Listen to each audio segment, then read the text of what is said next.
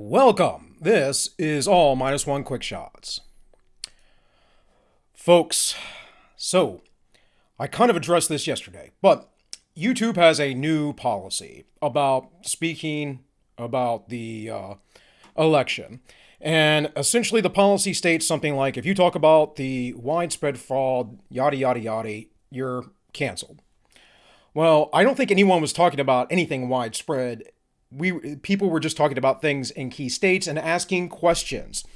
My biggest question is, if you want the election to be certified as true in Americans to have confidence within their electoral system, would you not want to audit everything and ensure that the victory is correct? If the victory is correct, if you were the winner, wouldn't you want to say, hey, look, I won fair and square, right? So that's fishy. But aside from that, YouTube's thing is, well, December 8th, that's when the things had to be certified by the state legislatures, blah, blah, blah, blah, blah. Well, yes, but no. Those don't really matter, those dates. And then the December 14th is when the electorates cast their vote. That would be, I think, Monday. So that doesn't really matter either, though. It really doesn't. Because January 6th is actually the day.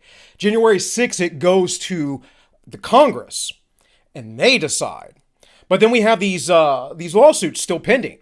So the Supreme Court can make decisions, of course. And we have upwards of maybe 19 states, but I think it's only 18 because there's some issue with Idaho, who are bringing suit. Now, people are also talking about secession. People are saying that this is, out there, far rights are trying to secede. Except for the Democrats were saying the exact same thing back in the summertime when they were doing war game exercises. If Trump may have won the election, they literally were saying that they would secede. So this is the impasse. This is the place that we are at, where half the country can't see eye to eye with the other half. The bigger issue, though, is if there is balkanization, how does that work? Well, people like Rush Limbaugh are saying, well, it's economically unfeasible for the right. Well, no, not really. The left gets a lot of supplies from the right, from those red states, that is, since everything has to be binary here in the U.S., even though it is not. But since we're playing tribal politics, they say that, but that's not really true. There's a lot of manufacturing in a lot of red states. Now, I live in West Virginia. We have coal mining. We don't have a lot of manufacturing, but we have coal mining. Do you think that we could still export that to other states like countries do over in Europe and elsewhere? Do you not know that in Europe and many countries, people actually cross the borders of the country to go work? Like if you live on the border of Germany and France. Now, I know the EU has made that much more feasible. But the real question is, if there was balkanization, why would the left leave those people on the right alone? Why would the constitutional-loving, freedom-loving, the people that want to live and let be, why would they be left alone? Because you have to understand that the left, and this isn't necessarily the moderate left, but the moderate left will do anything to get power, but the left in general is about totalitarianism. If you read Marx, you read Lenin, you read the things that Stalin said, you read anything on the left, even the fascists. Now, the fascists had a veneer of being nationalistic and their nation alone, but then you get into, Nazi Germany fascism, and Hitler wanted to spread it out throughout the world. And if you look at people on the left, they can't leave you alone. You must comply. See, the constitutional federalist system, the way it's set up, is to essentially allow anyone and everyone to be free. And for each state and community to make their own rules. And then the federal government is supposed to essentially adjudicate between issues with the states and to maintain a military and, more or less keep things regular as far as the monetary system goes. But I don't think that any of this is what the federal government is anymore, right? The federal government is about regulating and controlling every little detail because the people who are in the federal government are globalists.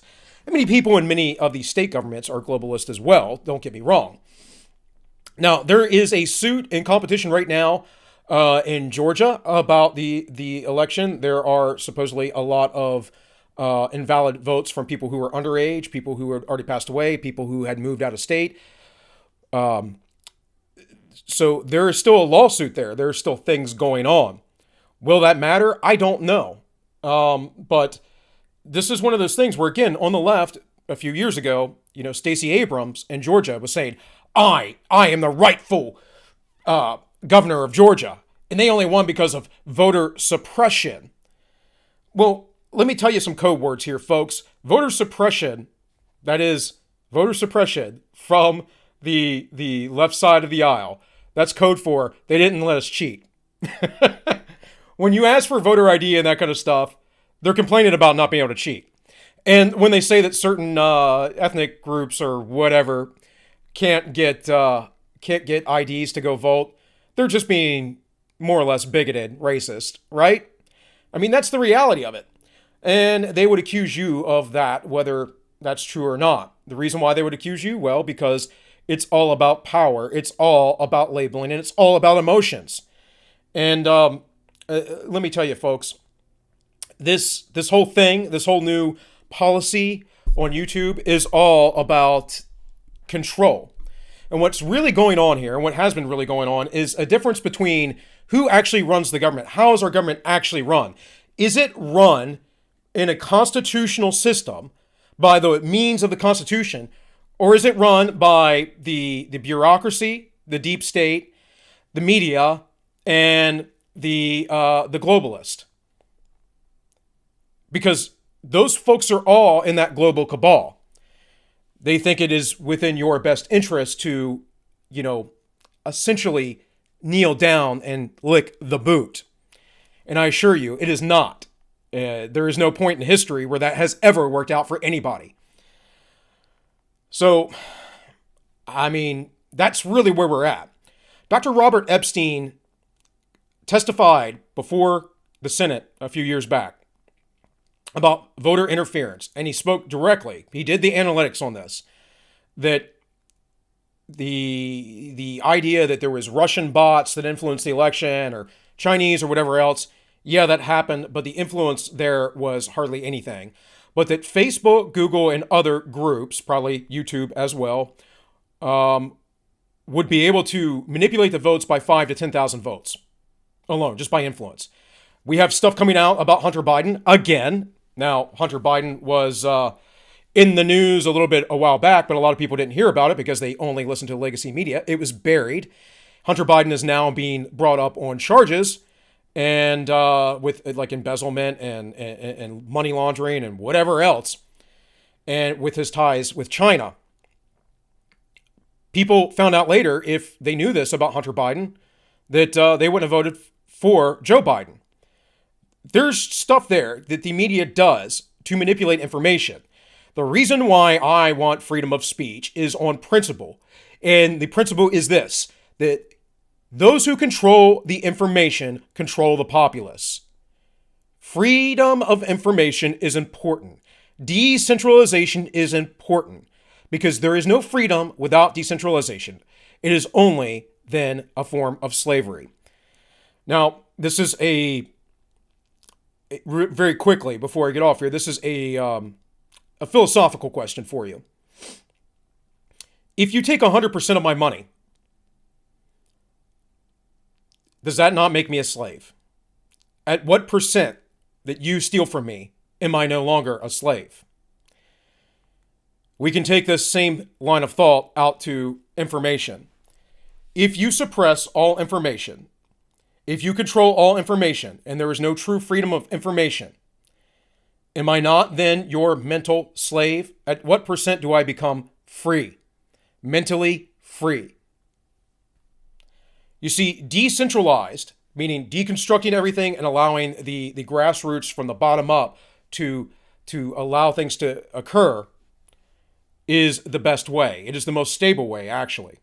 All the constant ups and downs and destabilization that happen say in the stock market or whatever else, and any other system, is always a matter of centralization. And the reason why is because a singular person or a small group of people have limited knowledge. So we need to spread all that out. Works the same with money as well. It's why I'm a gold standard advocate.